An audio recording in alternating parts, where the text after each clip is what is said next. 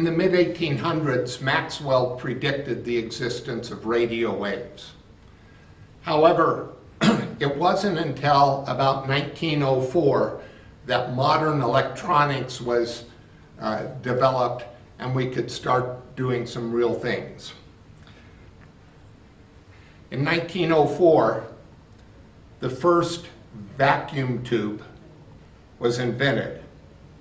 It was a simple tube that had only two things.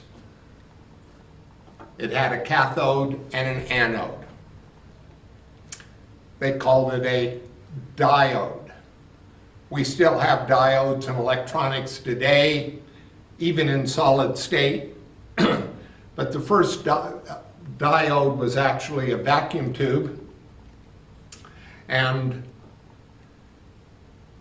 it allowed a much better detection of the radio waves. About 3 years later, Lee DeForest decided that he could take one of those diodes and put a screen in between them.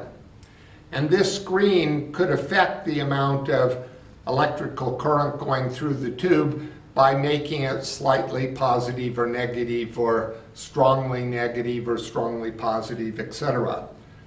He came up with the first amplification device. With that, electronics took off. Physics demonstration apparatus.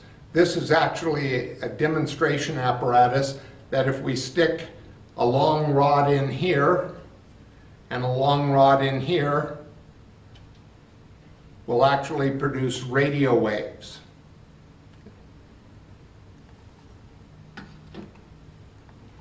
And of course, about 1955, this was cutting edge electronics for high fidelity.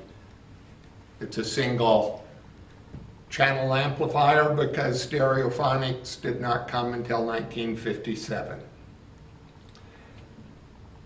We're very used today to using electronics. We have thousands of transistors in our telephones today, but the transistor wasn't invented until 1949 and did not start to come into common use until the early 60s.